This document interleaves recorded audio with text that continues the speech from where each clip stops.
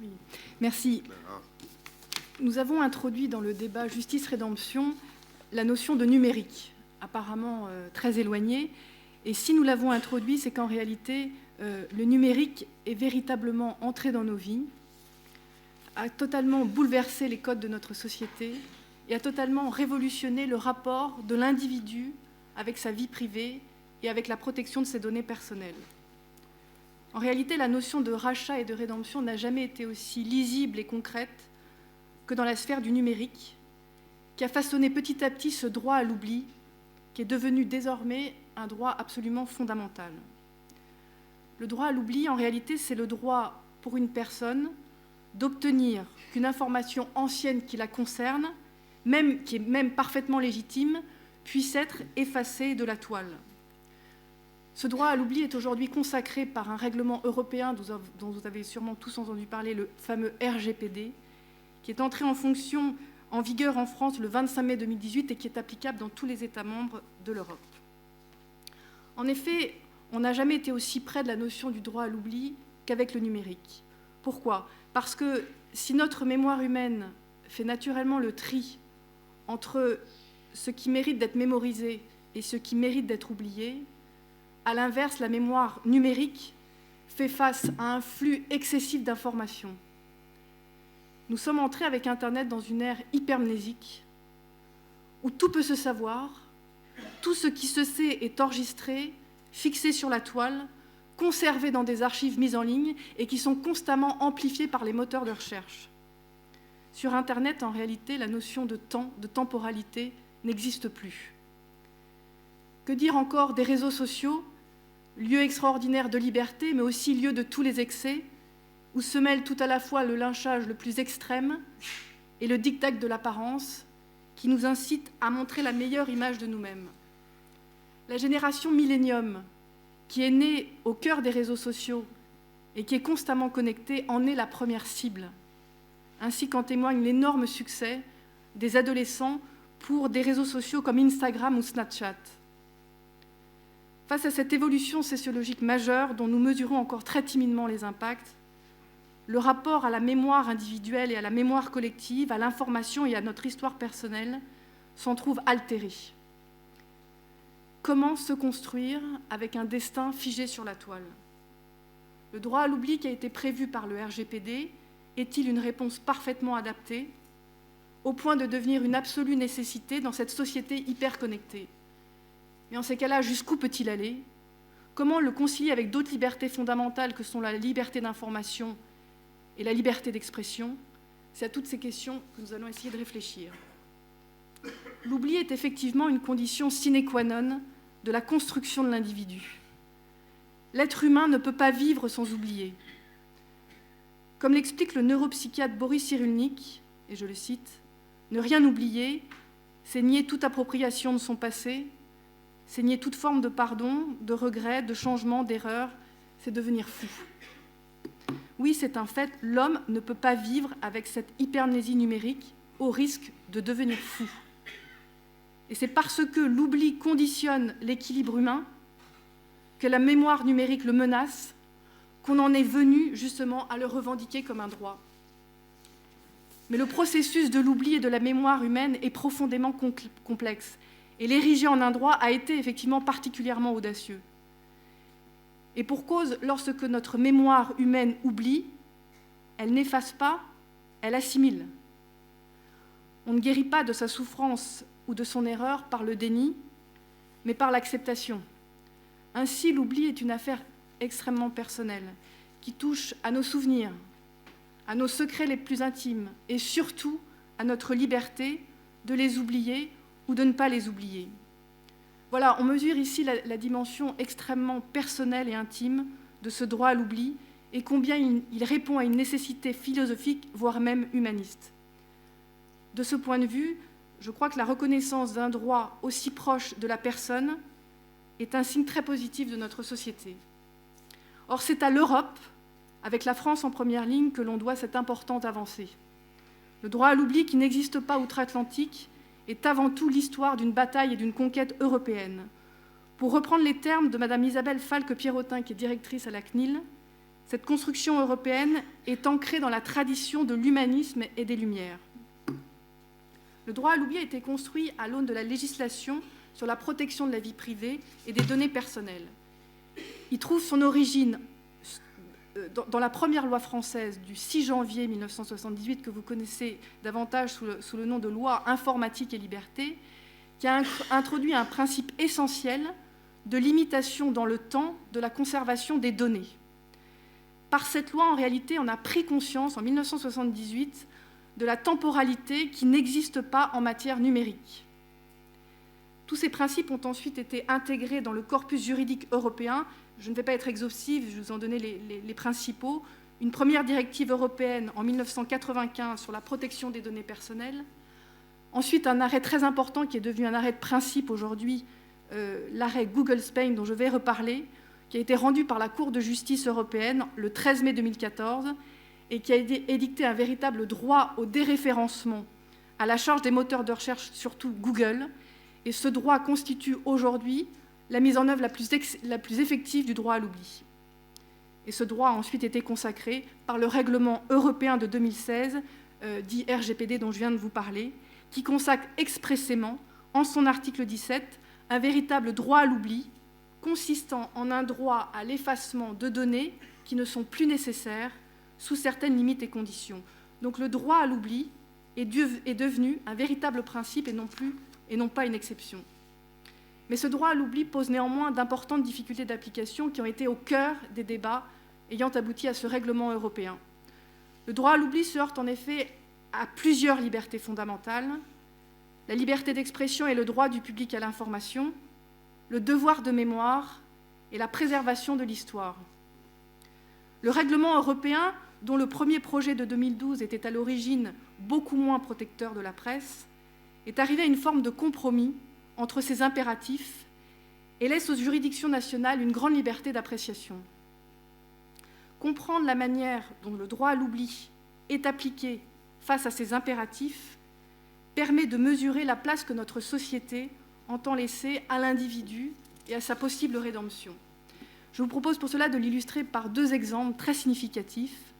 Le premier exemple est issu d'une importante décision dont on parle beaucoup récemment, qui a été rendue par la Cour européenne des droits de l'homme, la gardienne des libertés publiques, le 28 juin 2018, et dont le cheminement est très intéressant.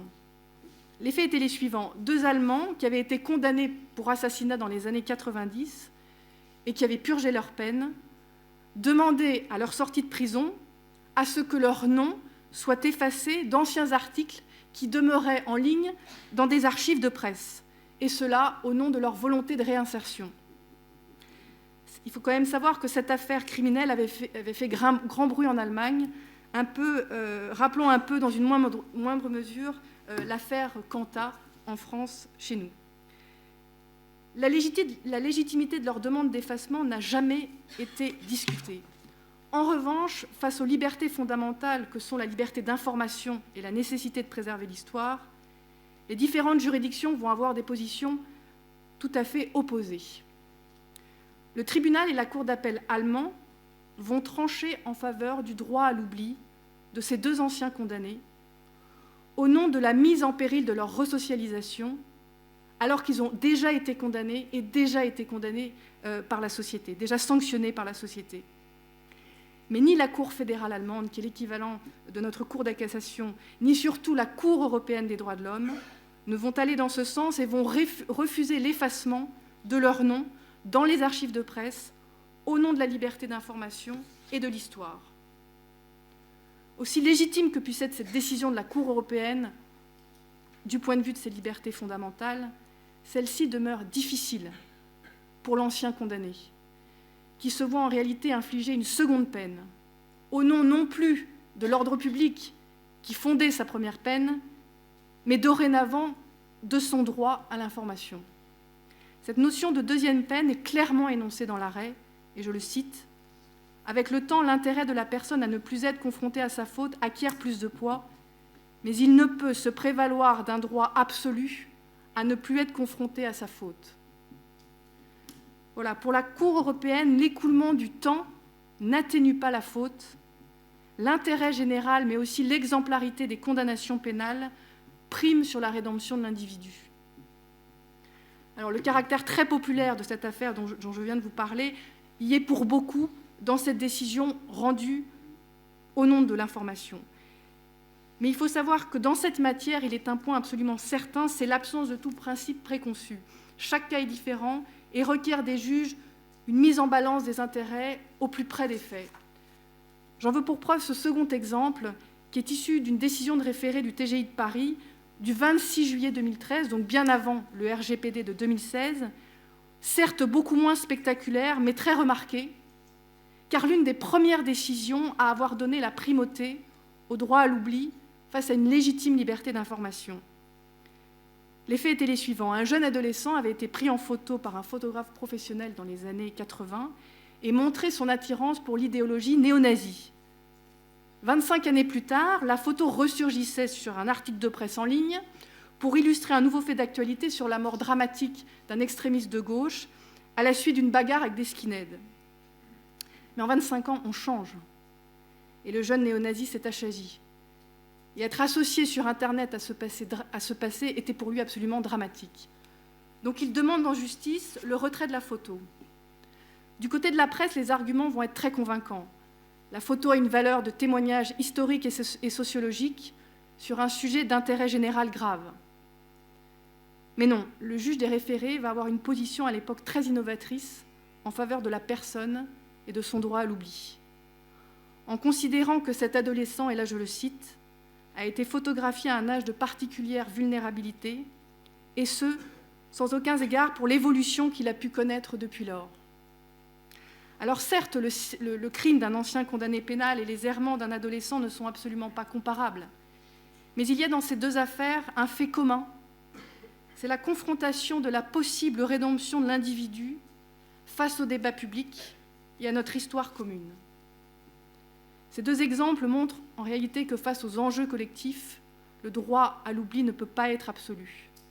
Si le droit à l'oubli conditionne la construction de l'individu, la défense de nos libertés collectives conditionne l'équilibre de nos sociétés. L'histoire et le devoir de mémoire sont absolument fondamentaux pour l'humanité qui se construit sur son passé historique. Les noms de ces deux anciens condamnés font partie de l'histoire et ne pouvaient donc pas être effacés. Et c'est justement ce que fait craindre le droit à l'oubli, c'est le risque de voir supprimer des éléments gênants et de réécrire l'histoire, ce qui est l'apanage des pouvoirs autoritaires. Dans cette fameuse affaire Google Spain dont je vais parler tout à l'heure, l'avocat général qui s'est opposé au droit à l'oubli a rappelé combien il est essentiel, et je le cite, de préserver la liberté d'accès à la connaissance au regard de la tendance croissante des régimes autoritaires dans d'autres parties du monde à limiter l'accès à Internet et à censurer les contenus. N'oublions pas en effet qu'avant d'être une menace, Internet est un outil extraordinaire d'accès à la connaissance, une démocratisation du savoir. La numérisation des archives en ligne est un véritable progrès pour l'histoire. Il faut savoir qu'aujourd'hui, un internaute effectue en moyenne 150 requêtes à recherche par jour sur Google. De même qu'Internet est un outil extraordinaire de liberté et de défense des droits, ce sont les réseaux sociaux qui ont fait émerger les révolutions arabes. Le droit à l'oubli ne doit donc pas être une menace pour ces prodigieux développements, même si cela doit être fait au détriment de l'individu, aussi dur que puisse être sa seconde peine. Il est dans ce débat d'information et de réputation une question trop peu évoquée, c'est celle de l'oubli des victimes. Si la décision de la Cour européenne peut être acceptée par celui qui a été condamné et qui doit l'accepter au nom d'un droit à l'information qui est plus grand, elle est beaucoup plus difficilement acceptable du côté des victimes qui n'aspirent qu'à une seule chose, l'oubli. Alors certes, dans ce procès de la Cour européenne, les victimes n'étaient pas parties au procès, mais dans ce type de procès, elles ne le sont presque jamais. L'expérience que j'ai eue avec des victimes a toujours été la même. Aucune ne veut intervenir dans ce débat de réputation et d'information, au risque de relancer le débat sur ce qu'elles ont vécu et de voir une nouvelle fois leur drame exposé publiquement. Mais le droit à l'oubli des victimes est une question extrêmement complexe, partagée entre le nécessaire oubli de la victime pour se reconstruire, mais aussi le devoir de mémoire pour ne pas oublier les victimes. La justice a su prendre des décisions très fortes en leur faveur, notamment dans une affaire récente et connue qui est celle de l'affaire Paris Match et les attentats de Nice.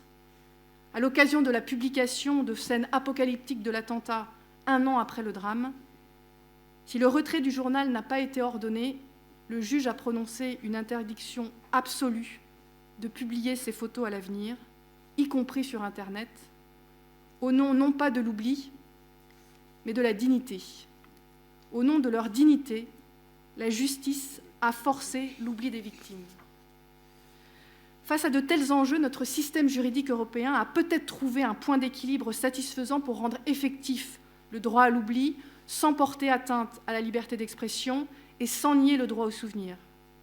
C'est le droit au déréférencement, reconnu par cette fameuse décision Google Spain, puis ensuite confirmé dans son principe par le règlement européen. Le droit au déréférencement, c'est le droit de demander aux moteurs de recherche, et donc c'est principalement Google, de faire disparaître une information de la liste des résultats qui apparaissent lorsque vous tapez votre nom sur Google. Autrement dit, grâce à ce droit, l'information qui vous concerne n'apparaîtra plus dans la liste des résultats qui vont être proposés par Google, elle va être désindexée de votre nom. Certes, elle pourra apparaître sous un autre nom, mais plus sous le vôtre. Concrètement, depuis cet arrêt Google de 2014, Google a mis en ligne des formulaires à l'oubli qui sont accessibles à tous et qui, en cas de refus, peuvent être soumis ou à la CNIL ou bien à un juge. C'est une avancée considérable, car la Cour de justice a décidé qu'un moteur de recherche tel que Google, et c'est pas rien, est responsable du traitement de données personnelles alors qu'il n'est pas éditeur des contenus. Mais c'est surtout une solution concrète et efficace au phénomène très inquiétant du filtrage et du profilage que génère Google, qui parvient, avec un effet très intrusif, à venir indexer des contenus qui n'étaient pas destinés à une communication directe ou de masse. Il n'est donc pas étonnant qu'aujourd'hui Google se batte pour limiter la portée territoriale de cette décision et de ce déréférencement à l'Europe, ce qui n'a évidemment aucun sens à l'heure de la mondialisation. Google a été ainsi condamné par la CNIL, qui plaide pour un déréférencement mondial à une amende de 100 000 €. Cet arrêt est en cours devant la Cour de justice européenne. Mais si le déréférencement, mais également, une fois de plus, le déréférencement n'est pas sans limite, et il demeure encore une question de juste équilibre. Le déréférencement n'est pas possible lorsqu'il existe un intérêt, là je cite l'arrêt, un intérêt prépondérant au public à connaître cette information. Donc toujours cet éternel et fragile équilibre entre la liberté d'information et le droit des personnes. Mais cette limite est beaucoup plus souple que dans le cadre d'une véritable demande d'effacement. On obtiendra beaucoup plus facilement un déréférencement dans la mesure où l'information n'est pas supprimée, mais juste décorrélée de votre nom. Et c'est bien tout le mérite de cette solution qui protège le droit de la personne tout en préservant la liberté d'information et le droit au souvenir, puisque l'information n'est pas effacée du site d'origine. Dans l'affaire dont je vous ai parlé de la Cour européenne, à propos de ces anciens condamnés pénaux, ces derniers demandaient un effacement de leur nom.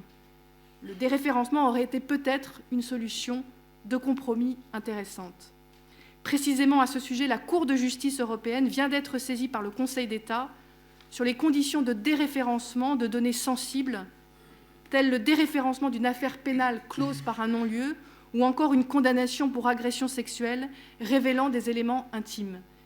Cette décision est très attendue et elle va peut-être influencer la position à l'état très réductrice de Google, qui explique dans son formulaire type d'oubli qu'ils essaient par principe de trouver un juste équilibre entre la protection de la vie privée des individus et le droit du public à accéder à ces informations, mais précise qu'ils peuvent refuser la demande, notamment en cas d'escroquerie financière, de négligence professionnelle ou de condamnation, ce qui a posé de vraies difficultés dans certains de mes dossiers où certaines informations n'ont pas été désindexées par Google, qui les a uniquement considérées comme des négligences professionnelles, mais sans tenir compte du fait que ces informations avaient perdu avec le temps tout leur intérêt auprès du public, ce qui est à mon sens l'essence même du déréférencement. Le déréférencement a néanmoins été critiqué par certains défenseurs de la liberté d'expression.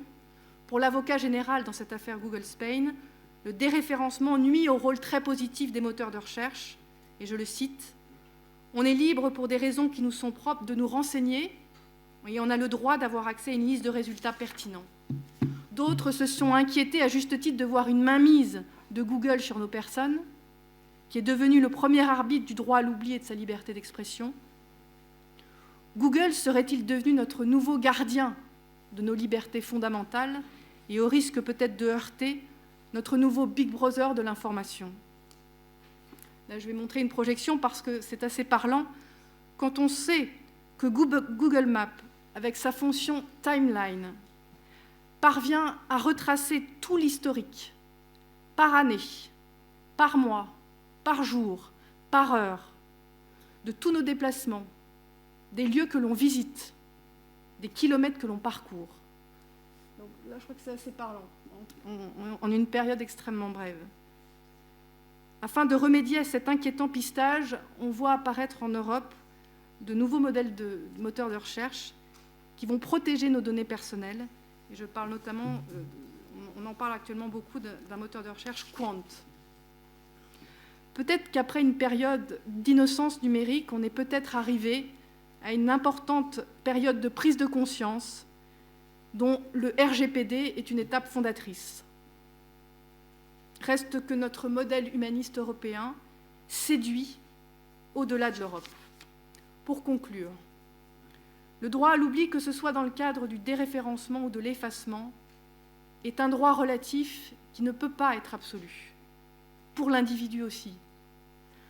Un droit à l'oubli trop systématique conduirait à une forme de révisionnisme personnel, pour reprendre les mots de Philippe Janet, qui est l'ancien directeur du Monde.fr. Autrement dit, un moyen de se racheter une identité parfaite qui est contraire à toute idée de rédemption. Il faut savoir que parmi les requêtes Google, le mot le plus recherché est « meilleur ». On recherche le meilleur restaurant, le meilleur voyage. On recherche constamment le meilleur. Finalement, à force de vouloir tout effacer, tout oublier, ne mettons pas en danger notre droit à l'erreur, qui est l'essence même de notre humanité. Comme l'exprime si bien Jean Anouilh dans sa pièce de théâtre « Le voyageur sans bagages », tu vas redevenir un homme avec tout ce que cela comporte de tâches, de ratures et aussi de joie. À long terme, un droit à l'oubli trop absolu conduirait à une déresponsabilisation de l'individu qui n'assumerait plus ses fautes publiquement et à une société intolérante qui n'accepterait plus l'imperfection humaine. C'est sur ces réflexions que je souhaiterais conclure, notamment en direction de la génération millénium, donc celle qui est née au cœur du web et des réseaux sociaux, pour qui un travail de pédagogie est primordial, afin de saisir la réalité du monde numérique, ses opportunités, ses risques, mais surtout de maîtriser sa vie numérique sans perdre sa véritable identité. Voilà, je vous remercie de votre attention.